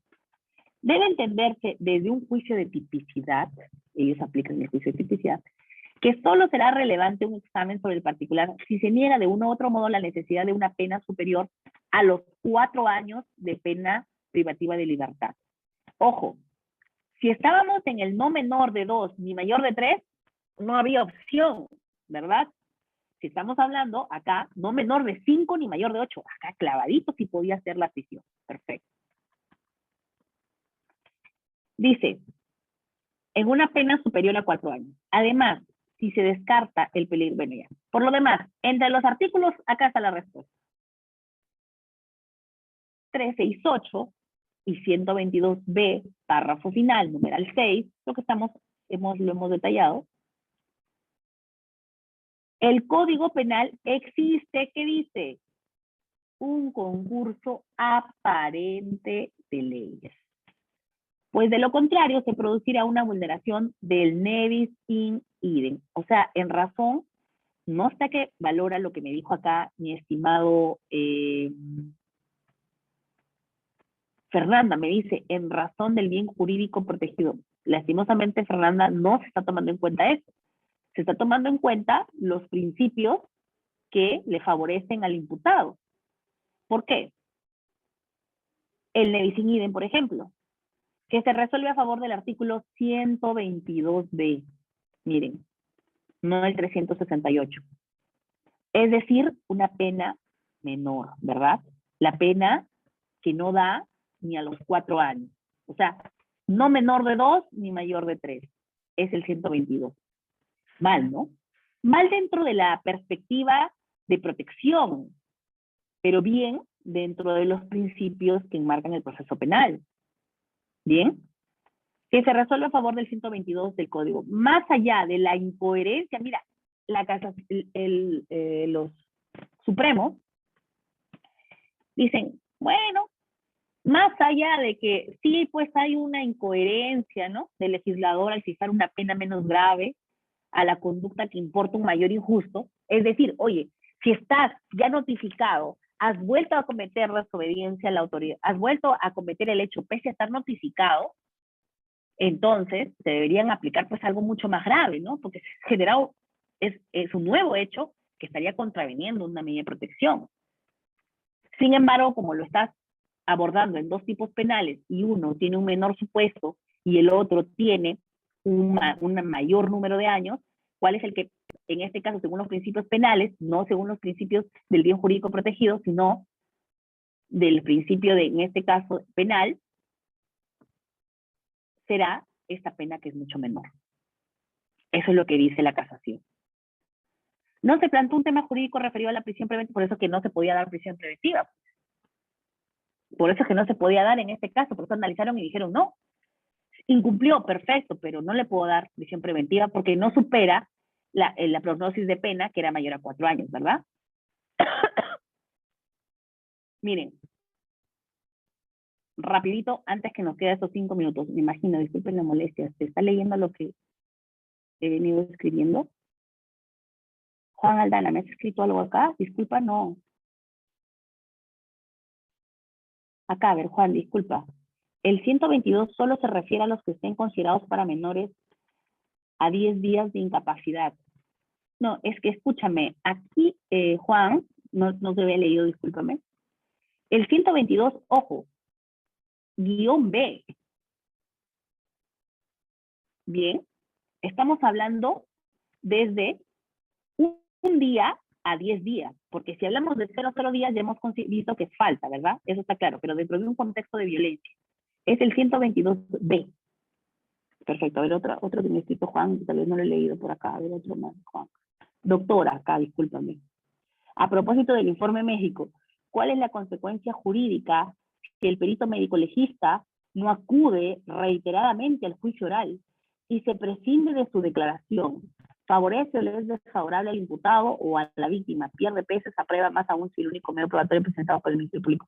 Juan Aldana, aquí ya dentro del proceso penal corresponderá, tú sabes que obviamente el abogado del supuesto agresor o el que se está ventilando o se quiere derrotar su principio de inocencia, él va a atacar justamente, porque esa lucha de derrotar ese informe médico. Incluso he visto mucho en la defensa pública que ellos, como sí tienen un perito específico, se hace un cuestionamiento a, por ejemplo, a esa coherencia de los días de incapacidad que aparece en el certificado. Entonces, tú tienes que derrotar ese argumento, con argumentos sólidos, respecto a otra pericia que se pueda dar para poder derrotar lo que dice el certificado, el RML. Ahora, si él no acude reiteradamente al juicio oral, sí es importante que él ratifique su declaración. Yo he visto que se le cita, incluso se le empieza a ejercer apercibimiento al perito para que esté presente en la audiencia. Eso es importante. Aquí otro que me has preguntado, tal vez no lo he visto. Juan. Doctora, ¿qué consecuencia jurídica tiene el hecho que una dama denuncia ante la comisaría y luego la fiscalía violencia física y psicológica finalmente solo se le practique el informe médico legal, más no el peritaje? ¿Cómo puede a favor? Claro, es que, Juan Aldana, justamente como parte de tu teoría, si tú vas a defender al denunciado, es importante que cuestiones eso, de que no, incluso las deficiencias de las pericias realizadas o que no se le ha realizado y que pidas que se le realice. Y lo bueno e importante es que cuando ya se pide o se realiza a nivel de psicológico, por ejemplo, ya puede ser que ella no salga o no demuestre una afectación porque en el interín ya incluso se reconcilió con la víctima, la víctima con el denunciado, que muchas veces pasa eso. Y ya cuando se le practique el examen o la evaluación, ya no arroja de que tiene una afectación. Entonces, sí utilizan eso, Juan, mucho. Discúlpeme, más bien que he tratado de avanzar lo más que puedo. Claro. Muy bien. Chicos, rapidísimo porque nos quedamos cortos, miren. Acá están los acuerdos plenarios que les he venido señalando. Miren, yo he puesto el resumen del acuerdo plenario porque a nosotros nos interesa el fundamento específico. En el 01-2016, por ejemplo, tenemos el contexto de violencia y a qué se refiere el tema de la necesidad de la tipificación del delito de feminicidio, ¿ya? Acá están los fundamentos del acuerdo plenario. Si usted quiere entrar directamente, hace clic y se va aquí en lo he puesto la sumillita para que ustedes solamente hagan clic y se van al acuerdo. Pero un acuerdo importante que nos interesa es el acuerdo plenario 5 sobre delitos contra la mujer y los integrantes del grupo familiar, pero sobre todo respecto, como les había dicho, a la posibilidad de que la declaración de la víctima sea suficiente para desvirtuar una presunción de inocencia si es que no se advierten razones objetivas que invaliden sus afirmaciones. Ojo, esto también es utilizado mucho en el ámbito de protección, el acuerdo plenario 5-2016. La importancia también de establecer en qué condiciones hay una retractación respecto de la víctima y sobre todo en espacios ya de violencia sexual. El acuerdo 9-2019, estimados, hoy día incluso la doctora Elvia Barrios en su discurso en el Congreso por los 40 años de la ratificación de la CEDAW por parte del Perú, hizo mención a este esfuerzo que se ha dado en el acuerdo plenario 2009-2019 sobre el principio de oportunidad y acuerdo reparatorio, en el que, ojo, no se aplican en los casos de violencia. Y ustedes dirán, claro, doctor, eso es archiconocido, que no se aplican en los casos de violencia contra la mujer integrantes del grupo familiar. Bien, doctores, pero es importante tener claro por qué motivo no se aplica. Eso lo encontramos en nuestro fundamento 44, en nuestro fundamento 45, y sobre todo, acá también les dejo otros fundamentos importantes, el 23, el 33, pero miren acá ustedes, algo que tienen que tener en cuenta ustedes es que no se puede dar suspensión de la ejecución de la pena respecto a que el artículo 57 en su último párrafo dice la suspensión de la ejecución de la pena es inaplicable a aquellos funcionarios y servidores públicos condenados por cualquiera de los delitos tanto, así como a las personas condenadas por el delito de agresiones contra las mujeres o integrantes del grupo familiar, referidos a los artículos que hemos venido estudiando, el 122b, y por el delito de lesiones leves previsto en los literales T, D y E y numeral 3 del artículo 122. Ojo, está prohibido aplicar pena suspendida tanto para las agresiones físicas y psicológicas, nosotros estamos viendo el tema de las físicas y psicológicas, de acuerdo al artículo 57, este último párrafo, y también al fundamento 23 y 33 del acuerdo plenario. Acá les dejo el 23 y 33. ¿Por qué no se puede aplicar la suspensión de la ejecución de la pena en ese tipo de delitos? Ojo, si nos habilita de manera excepcional, ojo, el mismo acuerdo plenario 9/2019, concordante con el artículo 47, perdón, con el fundamento 47, el artículo 28 del Código Penal regula las penas aplicables: privativa de libertad, restrictiva de libertad, limitativa de derechos, multa. Pero, ¿qué dice?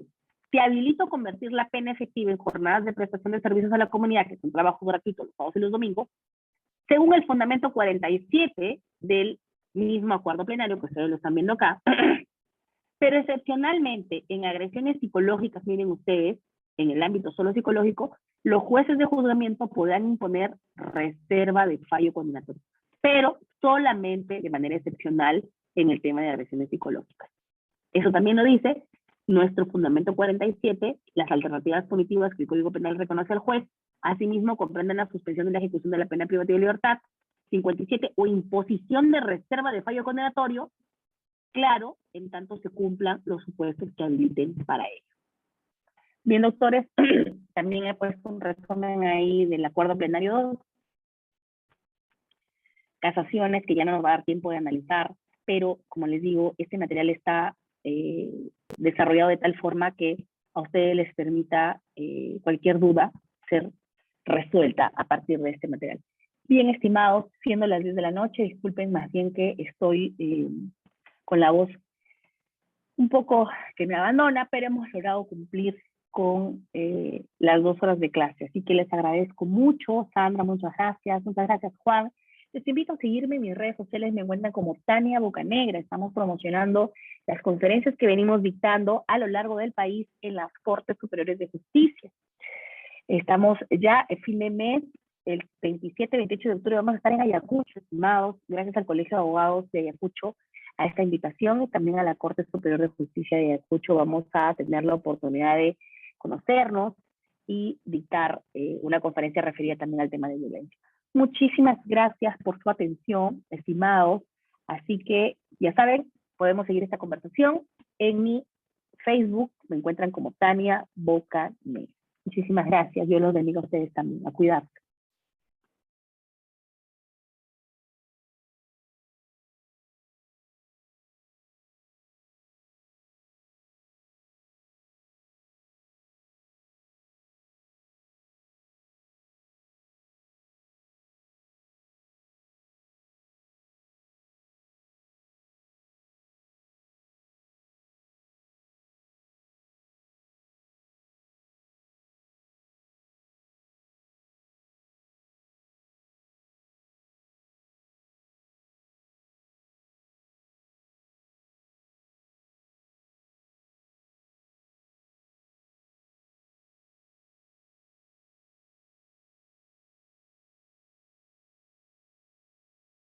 Hemos tenido unos pequeños problemas con en el internet, pero ya se solucionó. Agradecemos a la doctora Tania Bocanegra por su excelente disertación del día de